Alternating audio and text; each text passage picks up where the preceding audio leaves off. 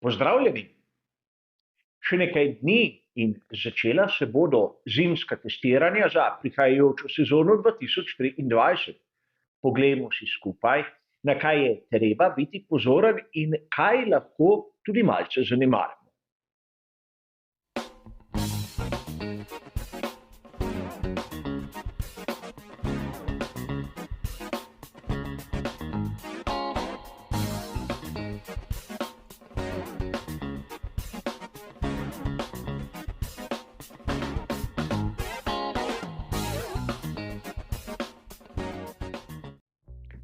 Zimska testiranja se lahko marsikomu izmed vas zdijo malce dolgočasna.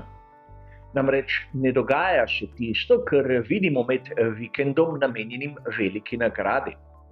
Po drugi strani, prav ob spremljanju zimskih testiranj lahko mi navdušenci razberemo na primer bistveno več, kot je samo na koncu dneva tisti vrstni red, ki ga daje časovnica. In tudi ta časovnica, ki jo bomo zasledili v mnogih virih, ni mirodajna, a o tem se bomo pogovarjali kasneje. Marsikdo izmed vas tudi meni, da samo 3 dnevi zimskih testiranj so bistveno premalo ob začetku sezone svetovnega prvenstva Formule 1.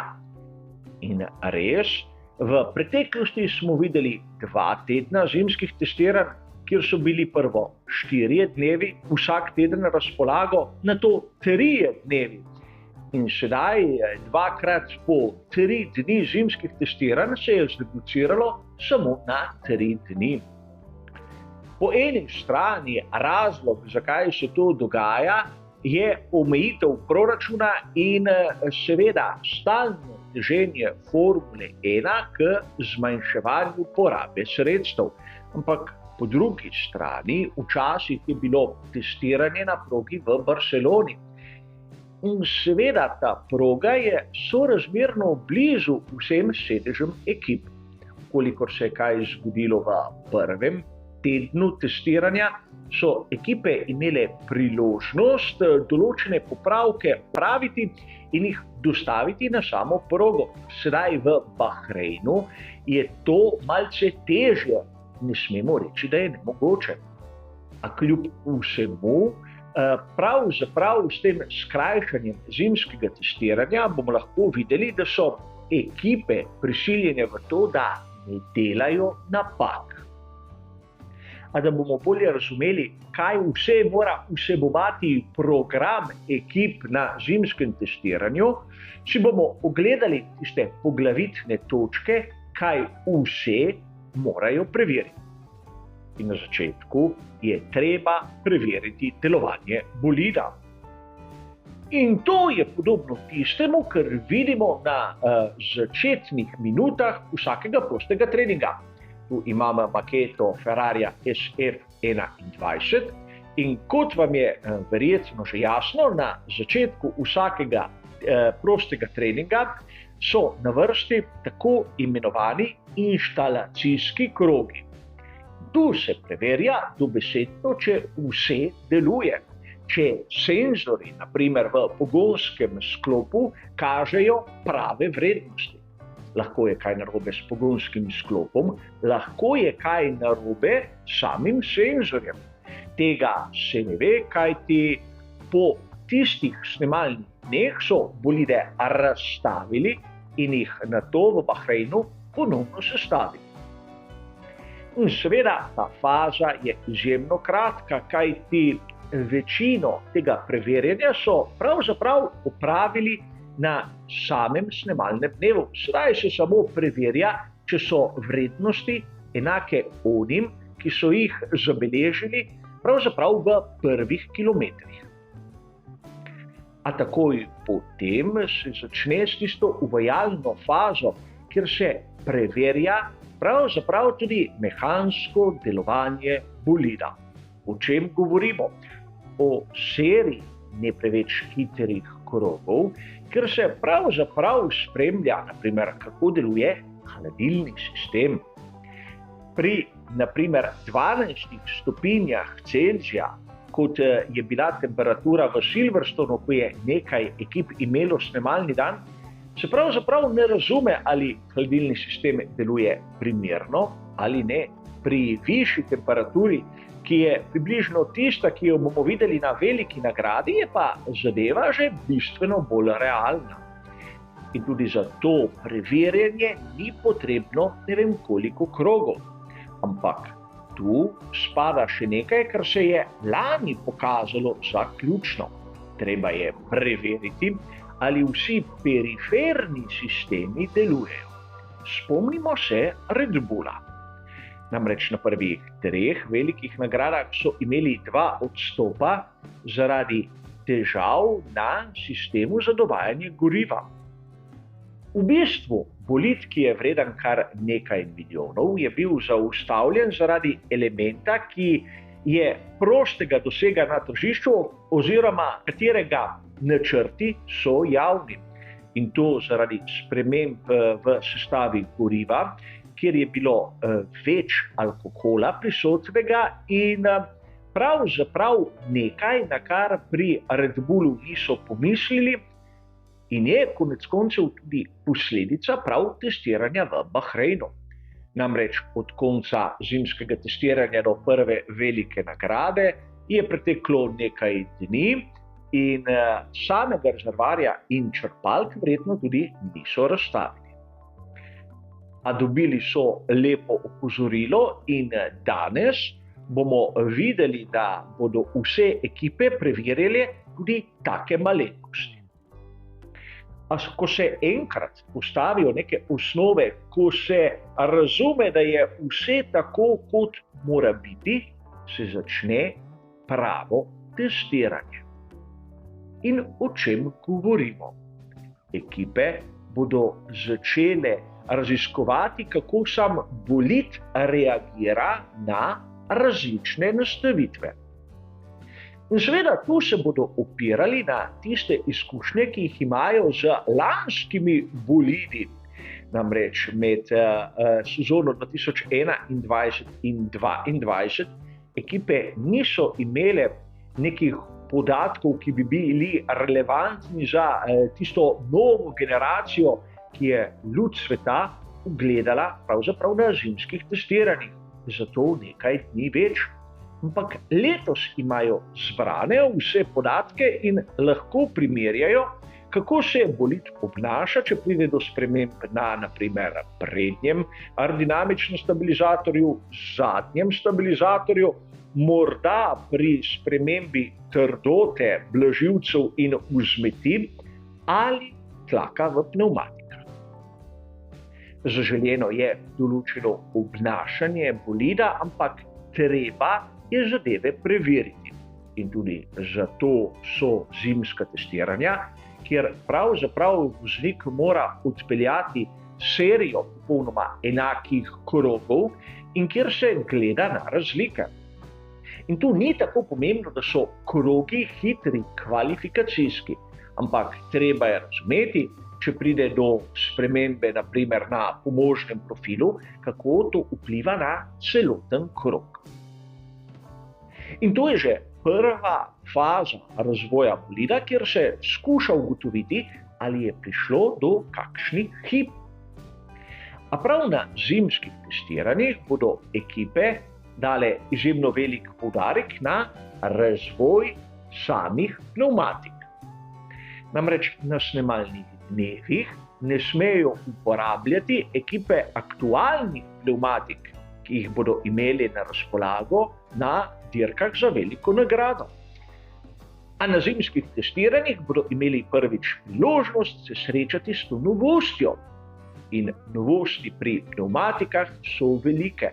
Imamo novo mešanico, torej letos jih bo na razpolago kar 6. O tem smo govorili že pred časom in kogar zanima ta novost, dobi bližnjico do tistega prispevka kot običajno tam zgoraj. In ne smemo pozabiti, da tudi masa seta pnevmatik se je dvignila po ocenah dobavitelja Pirelli za 1,5 kg. Torej tudi konstrukcija samih pnevmatik bo drugačna. In ekipe do tega trenutka še niso imele priložnosti preveriti, kako ta novost sovpada s celoto samega bolida Formule 1. In ko bodo nekako začeli preizkušati tudi to novo tipologijo pneumatik, se bodo, podobno kot v prejšnji točki, nekako ukvarjali s tem, kako sam bolid reagira na drugačno pneumatiko. Naprimer, pneumatika, ki ima višjo maso, lahko sklepamo, da je tudi bolj toga, zato vsaj jaz pričakujem, da bo delovala pri nižjem tlaku v sami pneumatiki. A to je treba preizkusiti, namreč v svetu Formule 1 so te spremembe v bistvu minimalne. Mnogokrat govorimo o tem, da je sprememba v pneumatikah polovica funta na kvadratni palec. Če mi je dovoljeno zaokrožiti, 1 funt na kvadratni palec je 0,07 bara. Za mnoge izmed nas minimalna, nepomembna sprememba, za svet Formule 1 čisto druga zadeva. In seveda, treba je tudi razumeti, da na zimskih testiranjih bodo imeli pri ekipah Formule 1 na razpolago vseh 6 mešanic. In mi navdušenci pravzaprav ne bomo vedeli količine goriva v samem bolidu. In tu vas bom ponovno spomnil, 10 kg goriva pomeni nekje od 2,5 desetink pa tja do 3,5 desetink na krog višji čas. In konec koncev da se zgoditi, da marsikatera ekipa bo hotela pritegniti pozornost. Konec dneva bo seveda s prazno posodo za gorivo nataknila najmehkejšo pneumatiko in postavila z lahkoto najhitrejši krog. Ampak konec koncev to ne bo pomenilo nič, razen za tiste vire, ki pravzaprav pogledajo grobe rezultate in začnejo razpravljati o tem, kako so tisti v ozadju lestvice lanskega svetovnega prvenstva kar naenkrat naredili velik korak naprej. Razumeti moramo, da tiste resne ekipe, tisti favoriti se ne bodo šli takih iger. Namreč oni bodo pripravljali prve dirke svetovnega prvenstva, zato bodo se koncentrirali na mešanice, ki bodo aktualne, naprimer na prvi, drugi in tretji veliki nagradi. Tisti najhitrejši krog bo lahko prišel na vrsto šele na koncu testiranja, če bo šlo vse v najlepšem redu. Kolikor se to ne bo zgodilo, pravzaprav ne bo niti konec sveta, kajti pred vsako dirko imajo še na razpolago prvi, drugi in tretji prosti trening. Zato mi, navdušenci, poleg rezultatov, bomo morali biti izjemno pozorni na to, s kakšno mešanico ga bo dosegel določen voznik. A bistveno bo tudi to, da bomo mi pozorni na število krogov, ki jih je določena ekipa odpeljala, in na dejstvo, ali so imeli kakšne težave ali ne. Namreč mnogokrat se zgodi, da v zimskih testiranjih določena ekipa spravi bolid na progo, tam voznik odpelje serijo 5, 6, 7 krogov, se nato vrne v bokse, kjer počaka uro ali 2 in vajo ponovi. A na drugi strani lahko vidimo drugačno sliko. Namreč zgodi se lahko tudi, da voznik odpelje serijo morda 20 krogov in nato je do samega večera v boksih, ker ima ekipa težave. In nato tik pred zaključkom odpelje še ponovno serijo, naprimer 20 ali 30 krogov, ker so mu večino dneva, naprimer, menjali pogonski sklop.